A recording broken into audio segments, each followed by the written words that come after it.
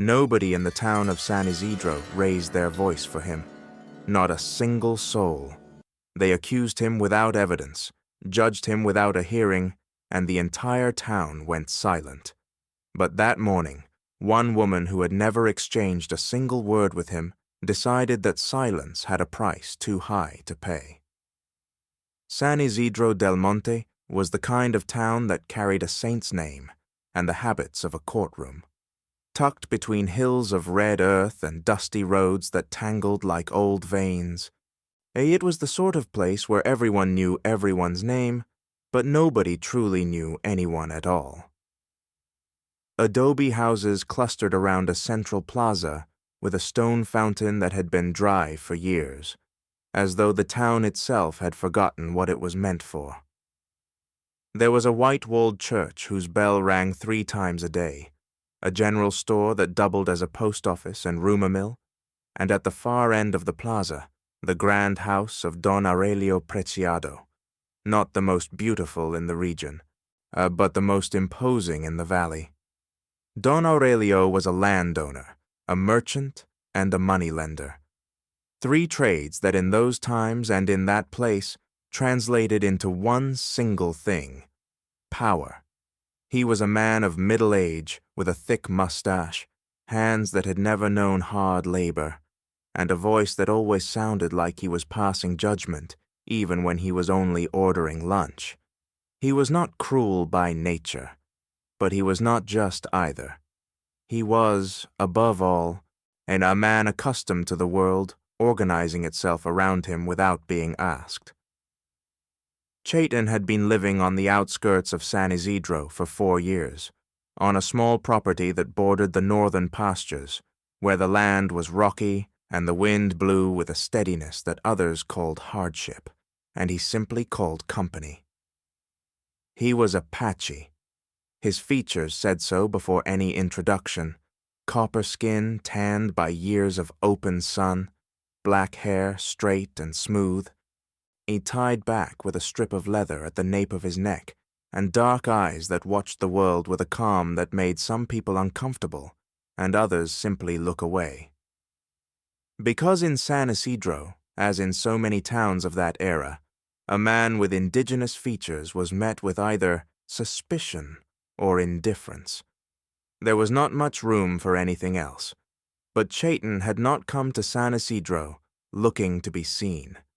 He had come looking for land, work, and quiet.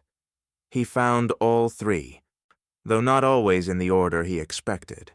He worked as a blacksmith in the shop of Don Isidoro, an old man with thick hands and a sparse manner who had given him the job without asking too many questions, because what he needed was someone who knew how to work iron, and Chayton knew it better than anyone. He forged horseshoes, repaired iron gates, straightened bent nails, crafted hinges and bolts with a precision that Don Isidoro admired in silence, because he was the kind of man who admires things in silence. And so, between the fire of the forge and the hammer on the anvil, Chayton had built a life that was small, but that was his. The people of San Isidro greeted him when they had to, and ignored him when they could, not out of declared malice, but out of that form of exclusion that does not need to be organized because it is already sewn into habit. Nobody invited him to the Sunday gatherings outside the church, and nobody called him by his name at the general store. They simply said the blacksmith or the Apache, and that was enough to identify him. And Chayton, who had learned from childhood that the world has a quiet way of telling certain people their presence is merely tolerated, did not protest. He went about his path, did his work, returned home, and sat watching the sky with the stillness of someone who does not need the stars explained to know they are there. There was only one person in San Isidro who greeted him by name and with his eyes. That was Don Isidoro, his employer. And though that was not much, for Chayton it meant exactly what it was, enough to keep going. What happened on the 13th of October began, as so many misfortunes do, with a dawn that gave no warning of what it carried. Chayton rose before first light. As always, lit the stove, made his coffee with mountain herbs he kept in a tin jar, and went out to check his tools before heading down to the shop. The air smelled of damp earth, and the sky held that washed gray of days that cannot decide whether to be cloudy or clear. An ordinary day, by all appearances. Until he heard the hoofbeats. 3 men on horseback crossed the stone road in front of his property at a speed that spoke not of hurry, but of urgency. They did not notice him, but Chayton watched them with that unhurried gaze of his and noticed something he kept to himself, as he kept almost everything. The horse in the middle carried markings on its flanks he had seen before. It was a dark sorrel, with a white patch on the left side of its forehead. A horse he knew well, because he had forged its horseshoes 2 months earlier. It was Don Aurelio's horse.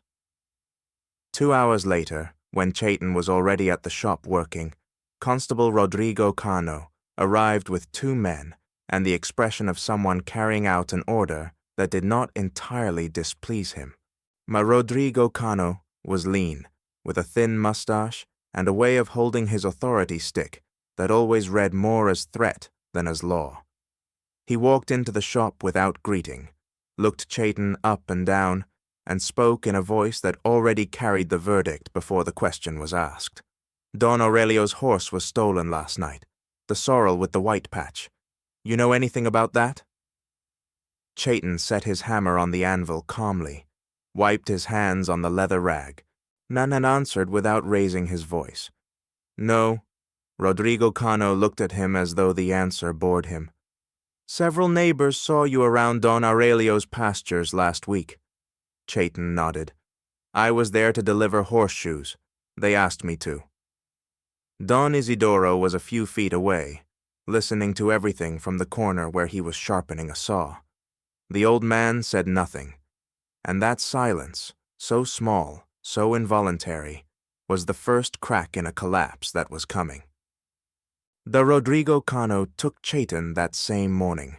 He did not shackle him, because shackles were for confirmed prisoners, but he escorted him through the center of town with 2 men on either side, which was a different way of saying the same thing. The townspeople in the plaza turned to watch. Some murmured, none asked. Don Aurelio, who had come out of his house at the sound of the commotion, and watched the scene from his covered porch with his arms crossed and an expression that was not quite satisfaction, but was not far from it either. Chayton walked that street with his back straight and his eyes forward, not because he had no fear, because fear is human and Chayton was entirely human, but because he had learned from a very young age that dignity is the last thing surrendered. A man can be stripped of his freedom, his work, his name, but the way he carries himself through the world belongs to him until the very end. They left him in the back room of the town hall, which served as a holding cell when needed, with a wooden chair, a barred window looking out onto the alley, and the company of silence. And in that silence, San Isidro del Monte went on with its day as though nothing had happened. Vera Salinas was not the kind of person the town noticed, not because she was invisible, but because she had learned to become that way. At 31, Vera was a seamstress, a widow of a man who had died of fever in the 2nd year of their marriage, and the mother of an 8-year-old girl named Camilla, who had her father's large eyes and her mother's quiet seriousness. They lived in a 2-room house at the end of Creek Street, where dust crept through the door cracks and the night wind made the windows whistle. Vera sewed dresses for the town's ladies, mended work clothes for the field hands, and embroidered tablecloths for those who could afford them. She never overcharged, never complained about the work, never missed a deadline. She was exactly the kind of person people describe as a very good woman, without anyone bothering to find out what she thinks, what she feels, or what she carries inside. What nobody in San Isidro knew was that Vera Salinas had not been sleeping well for weeks. Now Camilla had developed a cough that appeared every night like clockwork, a dry and persistent sound that broke the silence of the house and jolted Vera awake with her heart in her throat. The town doctor, Don Fulgencio, had told her it was cold desert air, nothing serious, give her linden tea with honey. But mothers have an instinct that doctors do not learn from books, and Vera's instinct told her to pay attention. So on the night of Tuesday, the 12th of October, when Camilla began to cough at 2 in the morning, harder than ever before, Vera did not wait. She got up, wrapped the girl in a blanket, sat her near the stove she quickly lit, and stepped outside to the back patio to fetch the eucalyptus leaves she kept drying on a cord, because her mother had taught her that eucalyptus steam opened the lungs when cold air had shut them. And it was in that moment, standing in her back patio, with the leaves in her hands and the cold of the early morning cutting across her cheeks, that she saw something on the other side of the low adobe wall that separated her property from the alley leading toward the northern pastures. 2 men, one on foot, one mounted. The one on foot was pulling with some difficulty a horse that clearly did not belong to him, because the animal snorted and resisted with the stubbornness of a creature that knows something is wrong. Now there was little light, only the moon and the reflection of clouds, but Vera had good eyes and a memory that worked even at 2 in the morning. She saw the man on foot. She recognized him.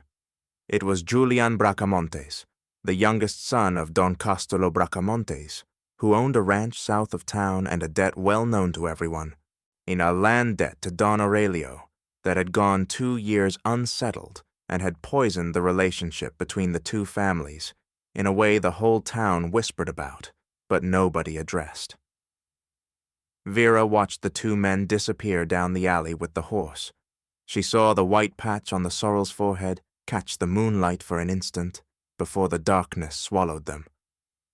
And then she stood frozen in her patio with the eucalyptus leaves in her hand and her heart beating with a force that had nothing to do with the cold. She went inside. She made the steam for Camilla. She waited until the cough settled and the girl fell back asleep. Then she sat down in her sewing chair, in the dark, to think about what she had seen. The following morning, when word spread that Don Aurelio's sorrel had vanished and that the Apache from Don Isidoro's shop was being held at the town hall as a suspect, Vera felt something pressing against her chest from the inside. It was not exactly surprise. It was something closer to the recognition of a moment arriving that cannot be pretended away. She knew Chayton by sight, the way everyone in San Isidro did. She had seen him pass by her window, carrying tools, and seen him buy at the general store with that composed quietness that never crumbled, even when the woman at the counter took twice as long to serve him as anyone else. She had never spoken to him. She had never had a reason or an occasion, but she had watched him with that quiet attention of people who spend a great deal of time alone and learn to read others without needing words. And she knew, with the same certainty with which she knew Camilla needed the eucalyptus steam, in that this man had not stolen any horse. The problem was, what comes after knowing something? The problem was, what to do with it. Vera spent the morning sewing, or trying to. The needle missed the thread 3 times in a row. The thread tangled, the stitch came out crooked. Camilla asked what was wrong, and she said nothing, just cold fingers. The girl looked at her with those large eyes that see everything, and said nothing more, but kept watching from the corner where she played with her cloth dolls. Vera knew perfectly well what would happen if she spoke. She knew the Bracamontes family had influence in town, that Don Castelo was friends with people who mattered, that pointing to Julian with no witnesses but her own word was exactly the kind of thing that could turn against her. And a widow with a daughter and a sewing business that depended on the goodwill of the town's ladies was not the safest position from which to launch an accusation against the son of a powerful man. Besides, nobody had asked her. Nobody had called her to testify. Nobody knew she had been in her patio at 2 in the morning.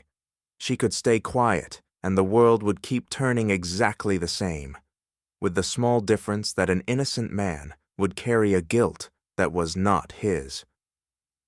And there it was. Now that was the exact weight pressing against her chest since morning. Because Vera Salinas had been raised by a mother who told her the same thing always, not with speeches or long lessons, but with the quiet example of her own life.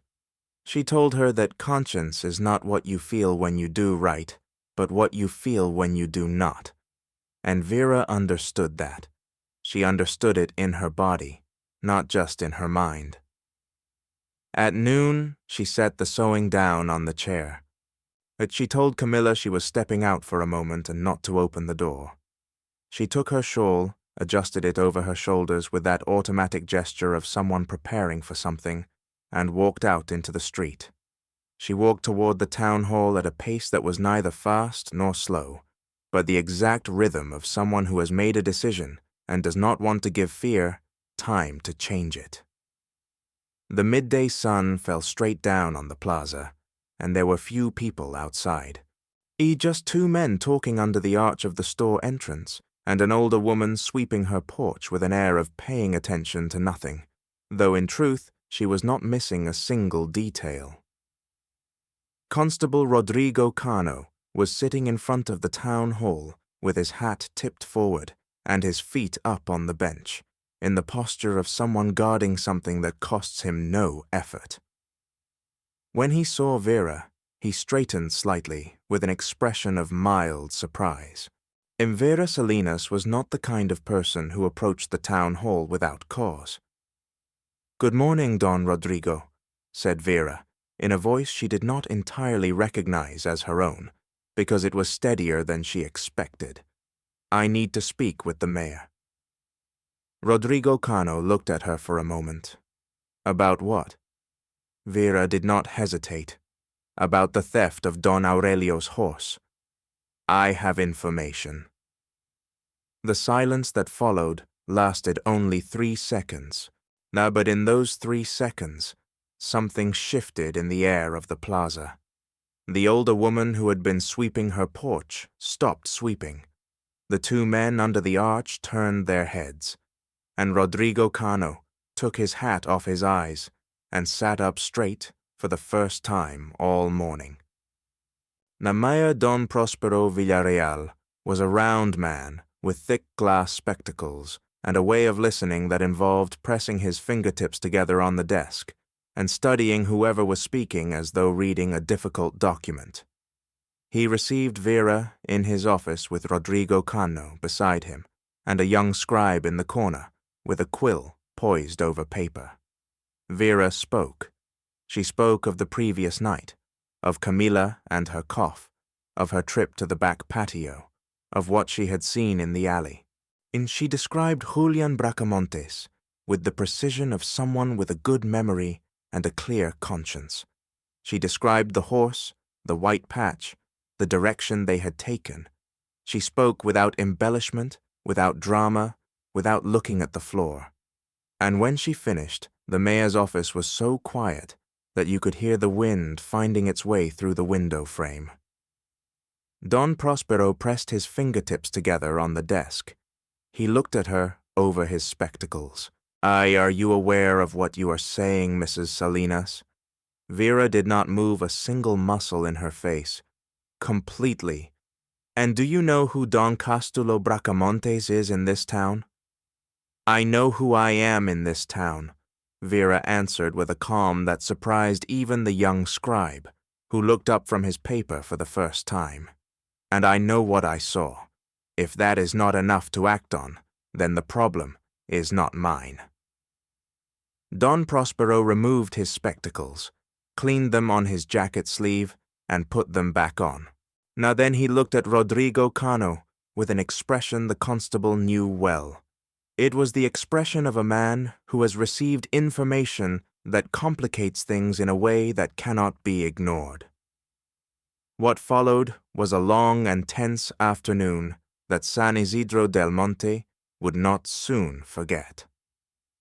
Rodrigo Cano was sent to the Bracamonte ranch with a pair of men, not to accuse, but to verify. What they found in the back corral, covered with mesquite branches in a clumsy attempt at concealment, now was Don Aurelio's sorrel, with the white patch still shining on its forehead, like a signature that cannot be erased. Julian Bracamontes was 23 years old and carried the arrogance of someone who had grown up knowing his family name would protect him from any mistake. When Rodrigo's men appeared at his ranch, he tried first to deny it, then to invent an explanation, and finally, when he saw that neither was working, he fell silent with his jaw tight and his eyes on the ground, with the expression of someone beginning to understand that a family name has its limits. Chayton was released before sundown. He walked out of the back room of the town hall, through the same door he had entered, with the same posture, with the same eyes forward. Rodrigo Cano told him with visible discomfort that it had been a mistake, that they regretted the confusion. Chayton did not respond. He inclined his head slightly, and took the hat they returned to him and walked toward the exit. It was Don Prospero Villarreal who told him, before he left, that it had been Mrs. Salinas who had come forward, that she had given her name, described what she had witnessed, and insisted until the mayor had to listen. Chayton stopped in the doorway. He did not turn around immediately. He remained there for a moment with his hand on the doorframe, there like someone who needs an instant to let something very large pass through them without breaking them.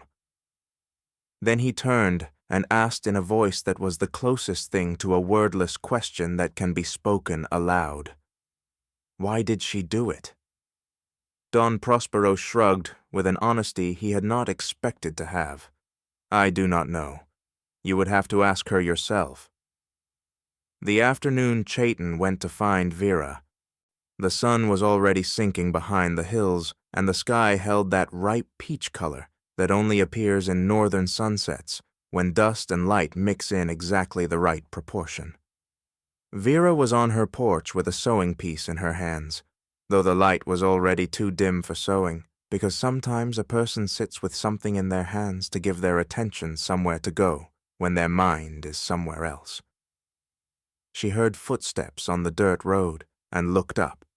She saw him coming from the end of the street with that manner of walking of his, unhurried and direct, that Vera already knew how to recognize from a distance. She stood slowly, set the sewing on the chair, and waited. Chayton stopped in front of her porch. He did not enter the yard, did not cross the low wall, stayed on the other side with his hat in both hands, like a man who respects the space of others before occupying it. Now he looked her in the eyes for a moment that was not uncomfortable, but strangely calm, like when two rivers coming from different directions meet at the same point, and the water stops being in a hurry. I came to thank you, he said, but I also came to ask you something I do not understand. Vera looked at him calmly. What do you want to know? Why did you speak? You do not know me. I have never done you any favor. Nobody asked you to. And the Bracamontes carry weight in this town. My speaking up could have cost you something. Vera held his gaze for a moment before answering. I did not do it for you, she said with a directness that wasn't meant to wound, but simply to be exact. I did it because I saw what I saw, and staying quiet would have been a lie. And I do not know how to live with lies that cost more than they pay. Chayton did not answer right away.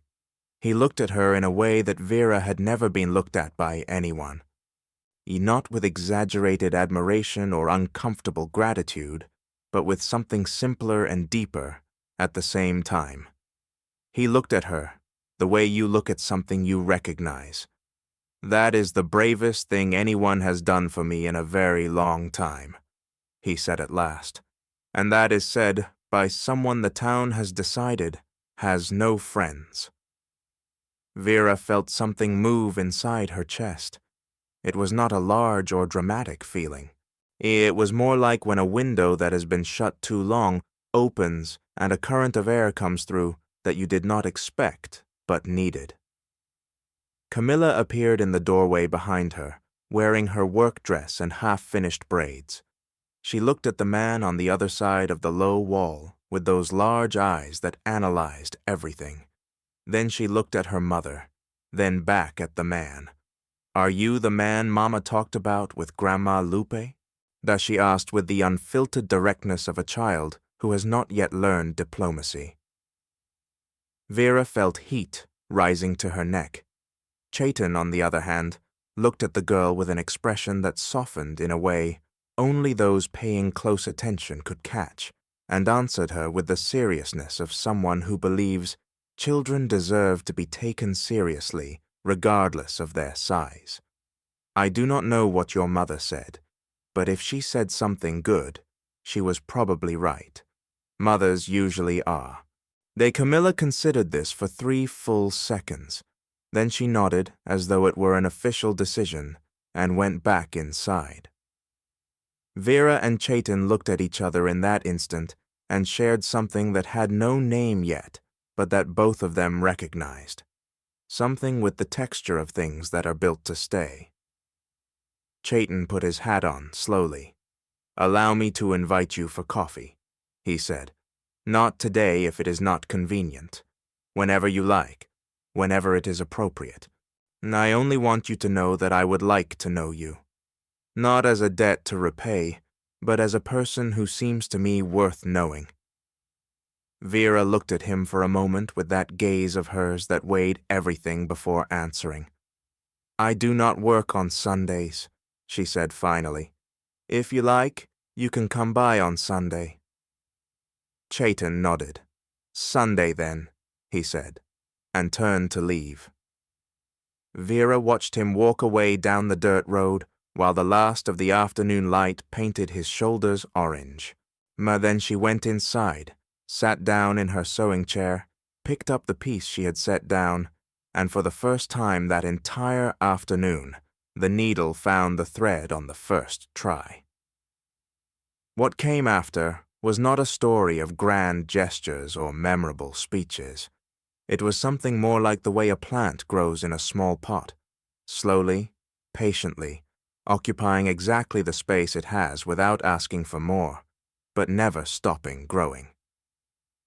Chayton came on Sunday. And he brought ground coffee and a small bag of piloncillo that he set on Vera's table without fanfare, the way someone leaves something where it belongs. They talked for hours about things that seemed small but were actually large, as conversations tend to be between people who have lived in silence too long and suddenly find someone who knows how to listen. Vera told him about Camilla, about the sewing work, and about her mother and the lessons she had left behind like clothing worn every day, without thinking about who made it with care. Chayton told her about the shop, about the fire of the forge, about how metal has a way of telling you when it is ready and when it still needs time, and that this, in his view, was not unlike people. Camilla sat herself between them at some point, without asking permission, and began asking Chayton questions with the frankness of a child who does not know how to pretend disinterest when something genuinely captures her attention. She asked whether Apache people really lived in tents, whether he could ride standing on a horse like in the pictures, and whether it was true that they spoke with animals. Chayton answered each question with equal parts seriousness and humor, which is the only correct way to answer children who are asking in earnest. And Camilla, at the end of the afternoon, when Chayton rose to leave, told him with complete naturalness that he could come back whenever he wanted, because the coffee he had brought was very good.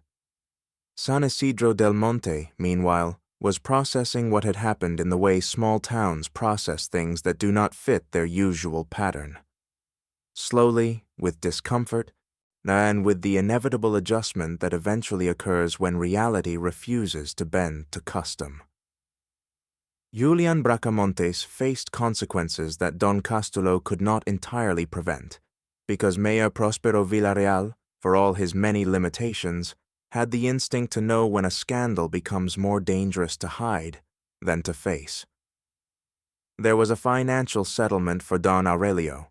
There was a long and difficult conversation between the two families, and there was, above all, in the particular silence of Don Castulo Bracamontes in the days that followed, the silence of a man who has watched something break and knows there is no putting it back the way it was.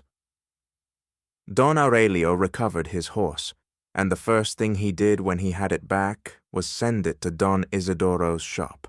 Not because it needed new horseshoes, because the ones it had were fine, but as a reason to approach Chayton and say something that had been sitting heavy in his throat since the truth came out. He told him he had made an error, that he had assumed without evidence that this was not right, and that he was saying so openly. It was not a long speech, it was not a perfect apology, but it was honest, and Chayton, who valued honesty above almost anything else, accepted it with the same calm with which he accepted almost everything. Don Isidoro, for his part, approached Chayton one afternoon in the shop and said something that did not sound like an apology, but was one. He told him he was the finest blacksmith he had worked with in 40 years of the trade, and he hoped he was not thinking of leaving town. Chayton told him he was not thinking of leaving. Don Isidoro nodded, turned back around, and went on with his work. That was all. But sometimes everything necessary fits in very few words. The following Sunday, Chayton came back to Vera's house, and the next one, and the one after that. The Camilla started waiting for him with an impatience she made no effort to hide, because children know when something good is coming to a house, even when no one explains it to them. And Vera, who had spent years sewing other people's wedding dresses without thinking too much about the possibility that love might knock on her own door, began to discover that there are people who arrive in your life in a way so unexpected and so natural at the same time that eventually you can no longer imagine how life was before them. There were no grand declarations or moments designed to be remembered. Now there was an evening when Chayton taught Camilla to recognize the stars by their names in his people's language, and the girl repeated them with a concentration so complete that both adults looked at each other over her head with a smile that needed no witnesses. There was a morning when Vera brought lunch to the shop, wrapped in a kitchen cloth, because Don Isidoro mentioned that Chayton never ate at midday, and she decided, without announcing it, that this could change. There was a rainy afternoon when the three of them sat on Vera's porch, listening to the water hit the roof, and nobody felt the need to say anything, because the silence between them was no longer empty, but filled with something that does not fit into words. 1 month after that Sunday when Chayton had stood in front of Vera's porch with his hat in both hands, the people of the town began to notice something that could not be ignored. Not because it was scandalous, but because it was the opposite. It was a visible calm, a new belonging that could be felt in the small gestures. Chayton greeting Camilla by name in front of the general store. Vera stopping to talk with Don Isidoro as though it were the most natural thing in the world. The three of them walking together on a Sunday afternoon toward the northern pastures, now where Chayton sometimes rode and where Camilla discovered that horses are more intelligent than they appear when the person introducing them knows what they are doing. The town, which had been so certain it knew who Chayton and Vera were, began to realize it had not known them at all. It had seen their outlines and invented the rest, and reality had a completely different texture from the stories told in low voices in front of the general store. Not everyone changed. Yet some continued to look at Chayton with that mixture of suspicion and disinterest that does not need a reason to sustain itself, because it has been built into habit for too long. But most began to adjust with the honest slowness of those who do not want to admit they were wrong but can no longer keep pretending otherwise. And that, though imperfect, was enough. Because justice does not always arrive with trumpets. Then sometimes it arrives on a Sunday afternoon with a bag of ground coffee and a long conversation around a small table. Vera asked Chayton one night, when Camila was already asleep, and the quiet of the house was the kind that invites saying things that do not get said in daylight, whether it still weighed on him. The accusation, the day in the town hall, the looks from the neighbors. Chayton thought about it for a moment with that honesty of his that never invented answers. Now he told her that what had weighed on him most was not having been accused, because injustice has a logic that a man in his position learns to anticipate even if he never gets used to it. What had weighed on him most was the silence, the absence of a single voice saying, "Wait, check, do not assume." And then he looked at her and said something that Vera kept the way, "You keep the things that change how you see yourself." He told her she had given him back something he had not known he was missing. Not his freedom. That was his, and no one could truly take it from him.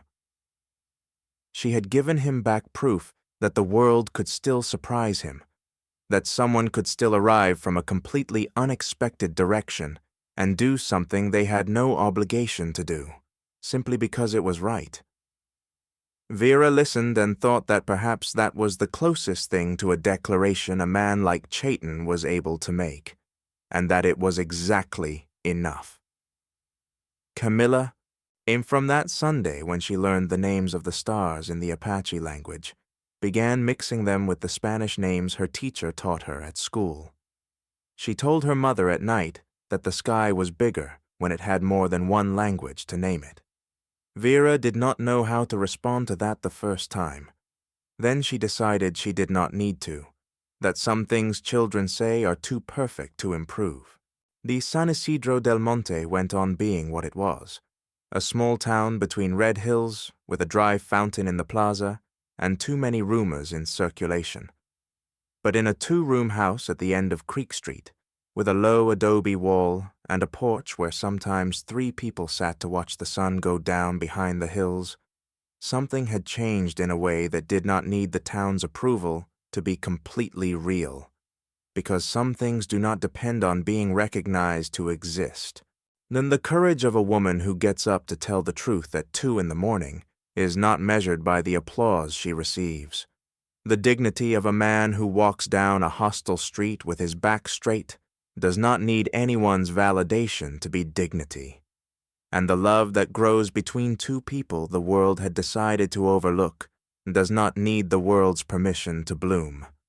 It only needs someone, at the right moment, to decide that silence has a price too high to pay, and that they are not willing to pay it.